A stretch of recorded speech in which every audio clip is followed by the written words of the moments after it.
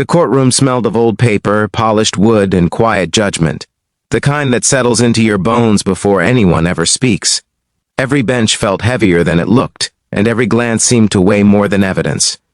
At the center of it all stood a man in a worn jacket, shoulders slightly hunched, eyes fixed on the floor as laughter rippled softly from the front of the room.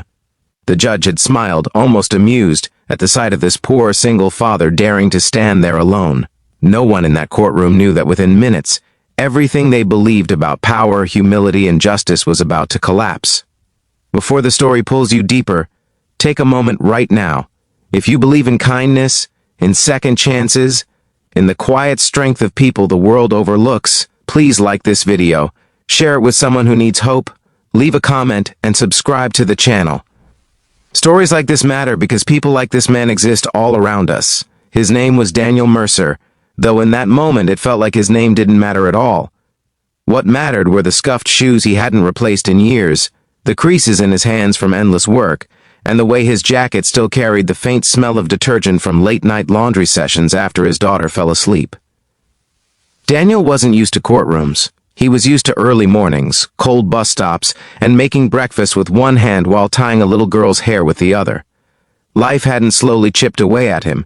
It had taken a hammer and swung without mercy. 5 years earlier, Daniel had been a man with ordinary dreams. He worked as a legal researcher, buried in dusty law books, helping attorneys prepare cases he never imagined being part of himself. He wasn't famous, powerful, or wealthy, but he loved the law for its promise of balance, its idea that truth could rise above chaos. Then illness came, swift and cruel, taking his wife in less than a year and leaving him with a 3-year-old daughter and a silence so loud it felt physical. Grief doesn't arrive gently. It rips routines apart and leaves behind a version of life that looks familiar but feels hollow. Daniel tried to keep everything intact.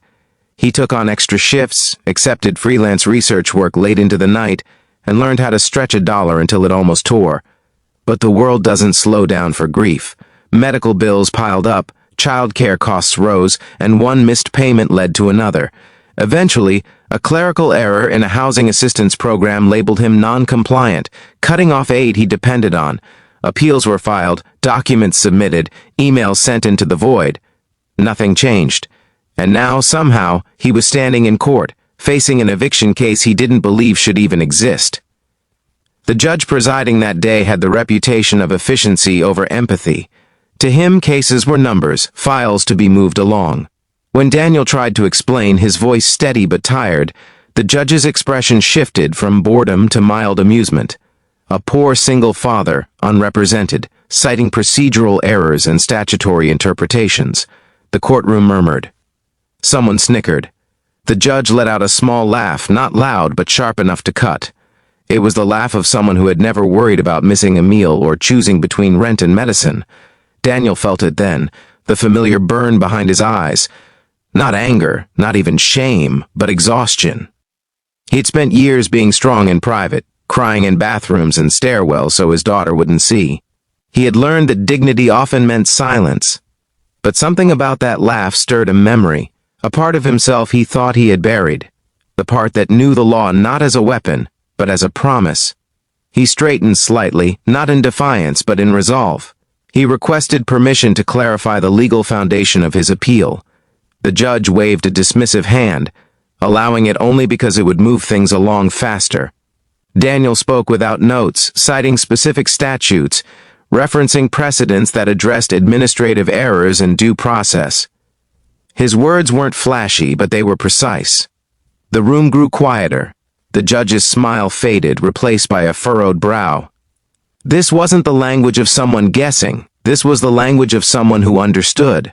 Daniel continued, explaining how the notice he received violated statutory timelines, how the agency's own regulations required reconsideration before termination of benefits, how eviction under those circumstances contradicted established case law. He spoke calmly, not to impress, but because clarity mattered. The courtroom felt different now, the air heavier, attention sharpened. The judge interrupted, questioning his background. Daniel answered simply, explaining his past work, his education, and the choices that led him away from a promising career into a life defined by responsibility and loss. What no one knew was that Daniel's connection to the law went deeper than old textbooks and forgotten ambitions.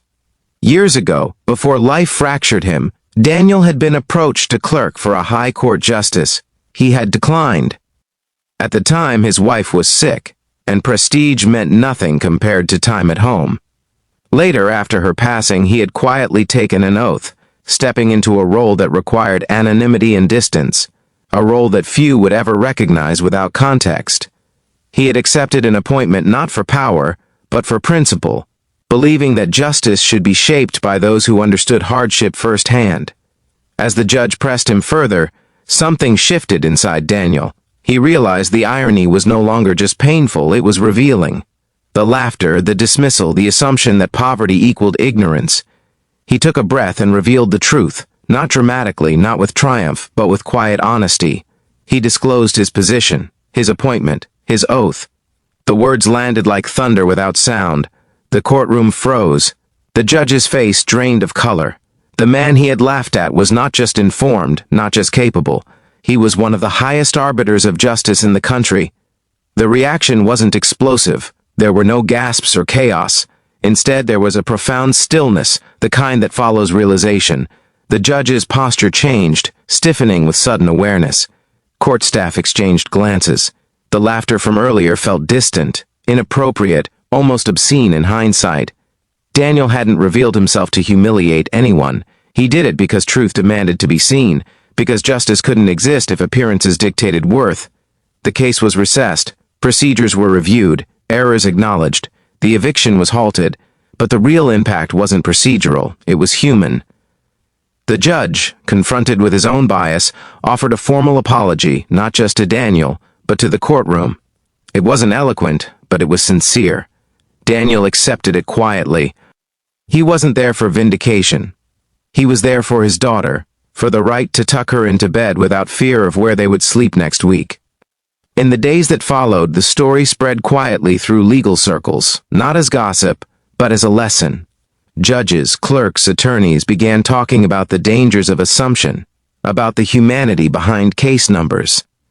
Daniel returned to his routine, walking his daughter to school, packing lunches, reading bedtime stories. He didn't suddenly become wealthy or celebrated. He didn't seek attention.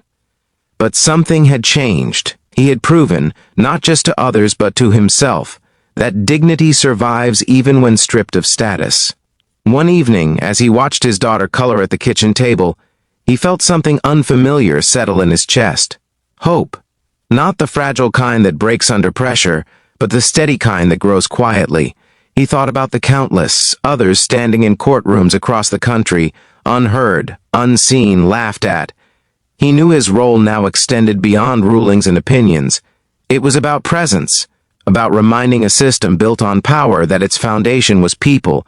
If this story is touching something deep inside you, if it's reminding you of moments when you felt judged or underestimated, I ask you from the heart to engage with this video.